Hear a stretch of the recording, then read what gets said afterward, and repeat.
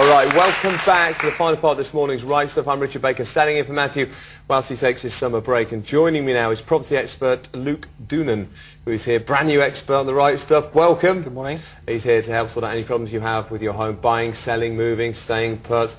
Don't do a thing until you've spoken to Luke. The number to dial is 0207 173 5555. Already had a lot of calls, you'll be pleased to know. Not surprisingly, given the state of the economy at the moment. There's been all sorts of headlines. I wanted to ask you a question myself. All sorts of headlines lately about the property market. There was even a report out last week that said that property prices will rise by 25%.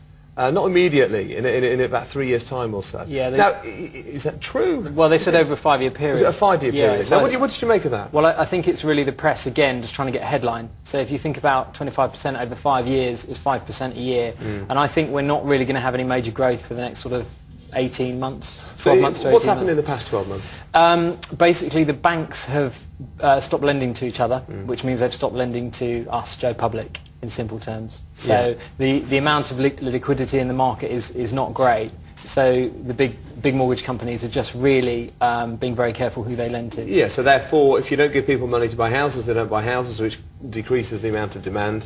Following the simple laws of economics, it means that houses are worth less money because people don't want to buy them. So that's what's happened, essentially, isn't it? Yes. You've also got people who can't repay their mortgage because of interest rates as well. Yeah, I think, unfortunately, there's been a lot of mis-selling of mortgages over the past 5-10 years. So you've got lots of promises. People have got their special great deals for 2 years, and then they're kind of left high and dry 2 years on. All right, so many calls. Let's go straight to them. Amy, what you got? Okay, we're going to go straight to Jackie on line 2. Okay, Jackie, good morning to you, Jackie. Good morning. Hello, how are you? Yeah, I'm fine, thank you, Jackie. And you're on the line with Luke Doonan. What do you want to say to him? Hi, Luke. Hello. Well, I've got a mortgage, one of those self-certification mortgages. Okay. Which we took out about 8 years ago. We're self-employed. We bought our house. And the only way we could afford it, really, was on a self-cert. And this was with Northern Rock. Right. Northern Rock has had a lot of problems. And I know they wrote to us about a year ago, or maybe a bit less than that, saying some mortgages they won't be renewing. Right. So ours was on a 5-year term, and that's due to expire in about 2 years' time.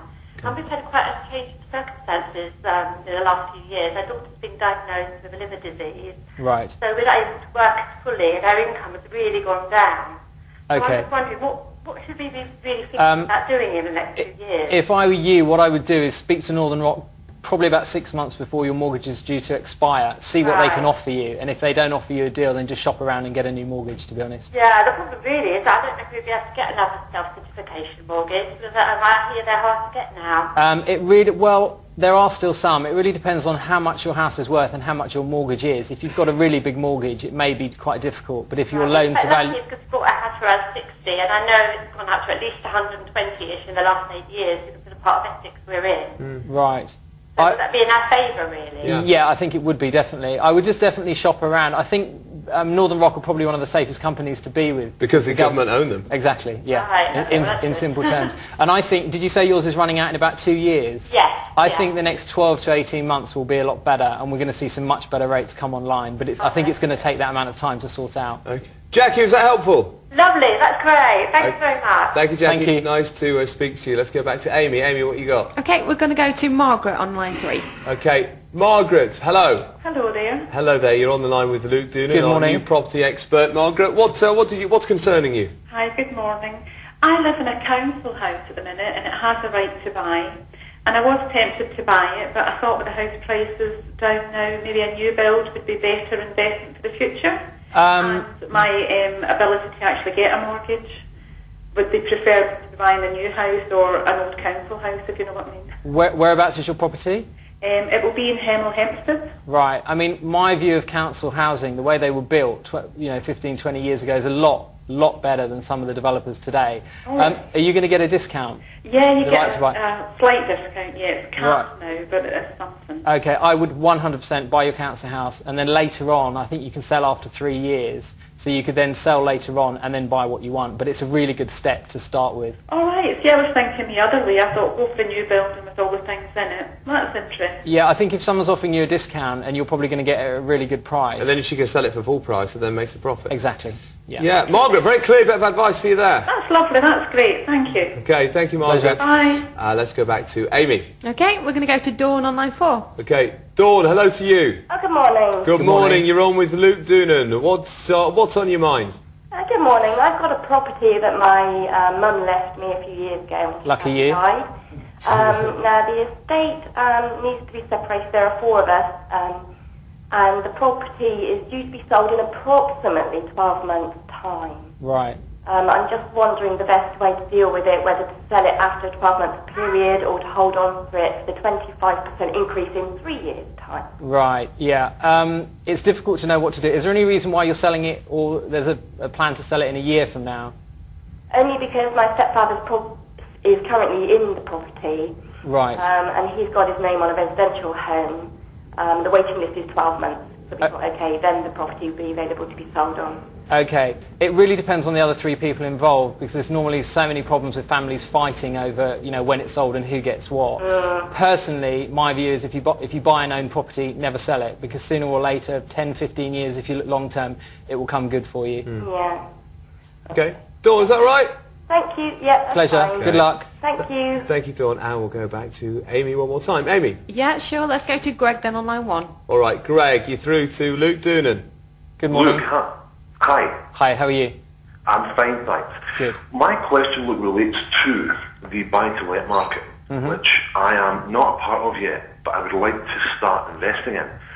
And I wondered at the moment what your thoughts are on the buy-to-let market and buying property for rental and holding over the next 10 to 15 years, how profitable that will be.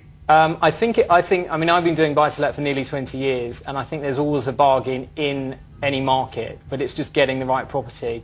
My rule of thumb is buy the worst house in the best street and then do it up over time. I think now is probably a good time to get in, as long as you look really long term and you have a big deposit. I would save, say, 25% of the purchase price to have as a deposit. Well, that leads me to very quick with another question then, which is major deposits are something I don't have at the moment. Okay. Certain builders have advised me that they will discount the headline value of a property, which then suggests to the bank that a deposit's been paid. Right. Now, essentially, you can buy that property if the builder is willing to give a discount. Is that something that you think is a good idea, or is that the builder just saying, we've inflated the price of the property in the first place? That's exactly what they're doing. They're inflating the price, then paying your deposit, so effectively you don't have to pay the deposit. Long term it might work if you get a developer at their end of year, their end of financial year, when they really need to sell. Otherwise I wouldn't go near that, to be honest, and I wouldn't touch property clubs either, which kind of do the same sort of thing. Yeah. Okay, Greg, thank you. Is that all right? Thank you. Okay, there you go. Thank you for phoning, Greg. Only got a few seconds left. Just to explain, we touched on this earlier, the cities probably aren't doing as badly as some other areas of the country. I think, you're more protected in big cities. Yeah, I think London is okay. I would be worried about other cities up north, to be honest, because so many flats have been built. Okay, good stuff. All right, well, we'll have to leave it there. But thank you, Luke, for all your help and advice. Luke Doonan, ladies and gentlemen. Yay! Good day to you, Luke. It was great, thank you.